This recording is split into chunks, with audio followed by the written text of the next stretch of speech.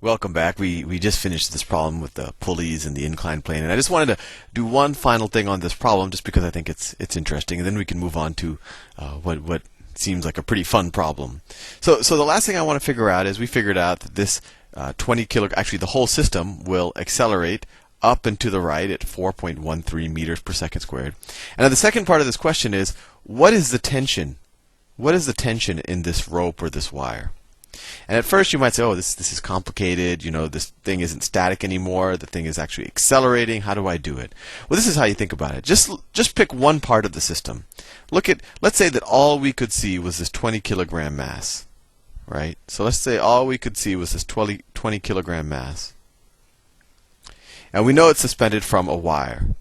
And we also know that this 20 kilogram mass is not accelerating as fast as it would if the wire wasn't there. It's accelerating only at 4.13 meters per second. If the wire wasn't there, it would be accelerating at 9.8 meters per second, just acceleration of gravity. So the wire must be exerting some upward force on the object. And that is the force of tension. That's what's moderating its acceleration from being 9.8 meters per second square to being 4.13 meters per second square. So essentially, what is the net force on this object, on just this object? Well, the net force is, and you can ignore what I said before about the net force all in all the other places, but we know that the object, is accelerating downwards. Well, we know it's 20 kilograms, so that's its mass, and we know that it's accelerating downwards at 4.13 meters per second squared. So the net force, 20 times 20 is 82, let's just say 83 newtons. 83 newtons down. We know that the net force is 83 newtons down. We also know that the tension force plus the force of gravity, and what's the force of gravity? The force of gravity is just the weight of the object. So the force of tension, which goes up, plus the weight of the force of gravity, is equal to the net force. And the way I set this up, tension is going to be a negative number, just because I'm saying positive numbers are downwards, so a negative number would be upwards. So tension will be what is 83 divided minus 196? Let's see, minus 196 is equal to minus 113 newtons. And the only reason why I got a negative number is because I used positive numbers for downwards. So minus 113 newtons downwards, which is the same thing as 113 newtons upwards. And so that is the tension in the rope. And you could have done the same thing on this side of the problem, although it would have been, well, yeah, you could have done the exact same thing on this side of the problem. You would have said, well, what would have accelerated naturally if there wasn't some force of tension on this rope going backwards? And then you're saying, oh, well, we know it would have gone in this direction at some acceleration, but instead it's going in the other direction. So you use that, you figure out the net force, and then you say the tension plus all of these forces have to equal the net force, and then you should solve for the tension, and it would be the same tension. Now we will do a fun and somewhat simple, but maybe instructive problem. So I have a pi. This is the pi. This is the pi. This is parallel. Let's see. And I have my hand. You can tell that my destiny was really to be a great artist. This is my hand, and I'm holding a pi, and I'm looking to smash this pi into this individual's face.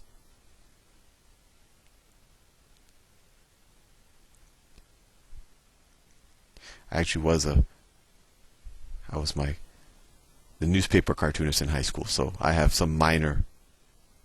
But anyway, let's make it a bald man. Well, anyway, I shouldn't be focusing on the drawing. And let's make him. Let's see, he has a mustache. Anyway, I am looking to throw this pi into this guy's face, and the problem is I need to figure out how fast do I need to accelerate this pi for it to not fall down, right? Because what's happening? Well, there's a force of gravity on this pi. There's a force of gravity on this pi, and if I don't accelerate it fast enough, it's just going to slide down, and I'll never be able to. It'll never reach the guy's face. So I don't want this pie to slide down at all. How fast do I have to push on it? Well, we know that the coefficient of friction. You don't know this, but I know that the coefficient of friction between my hand and the pie, the coefficient of friction is equal to 0.8. So given that, how fast do I have to accelerate it? Well, let's see what's happening. So we have the force of gravity pulling down. So let's say that the mass of the pie is m. M equals mass. So what is the force of gravity pulling down on the pie? Well, the force of gravity is just equal to m times 9.8. Right? The force of gravity is equal to m times 9.8. In order for this pie to not move down, what do we know about the net forces on that pie? Well, we know that the net forces on that pie have to be 0. So what would be the offsetting force? Well, it would be the force of friction. So we would have a force of friction acting upwards, right? Because the force of friction always acts opposite to the direction that the thing would move otherwise. So essentially, our force of friction has to be greater than, roughly, greater than or equal to, because if it's greater than, it's not like the pie is going to move up. Friction by itself will never move something. It'll just keep something from being moved.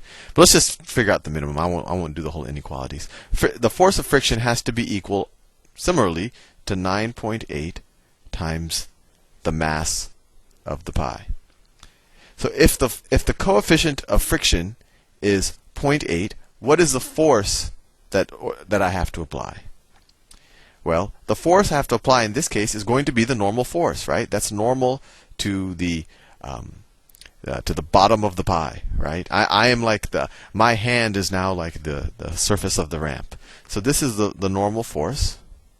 And we know that the force of friction is equal to the coefficient of friction times the normal force. I'm going to switch colors because this is getting monotonous. So, and the force of friction, we know, has to be 9.8 times the mass. So 9.8 meters per second times the mass. 9.8 m is the force of friction. And that has to equal the coefficient of friction times the normal force. Remember, the normal force is essentially the force that I'm pushing the pie with.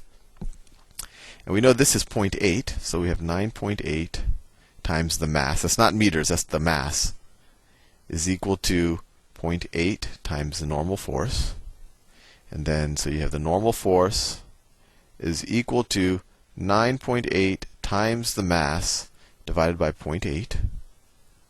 What's 9.8 divided by 0.8? 9.8 divided by 0.8 is equal to 12.25. So the normal force that I have to apply is 12.25 times the mass. So that's the force I am applying, is times the mass. We don't know the mass of the pie. So how fast am I accelerating the pie? Well, force is equal to mass times acceleration. This is the force. 12.25 m, that's the force, is equal to the mass times the acceleration of the pie, right? And it's the same pie that we're dealing with the whole time, so it's still m. And you can take out m from both sides of the equation. So the acceleration, the rate at which I have to change the velocity, or the acceleration that I have to apply to the pie, is 12.25 meters per second squared.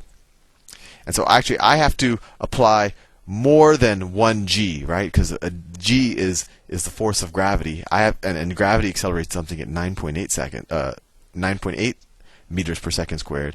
So I have to do something at I have to push and accelerate the pie at 12.25 meters per second squared. So it's something a little over 1 g in order for that pie to not fall, and in order for my normal force to provide a force of friction so that the pie can reach this bald man's face.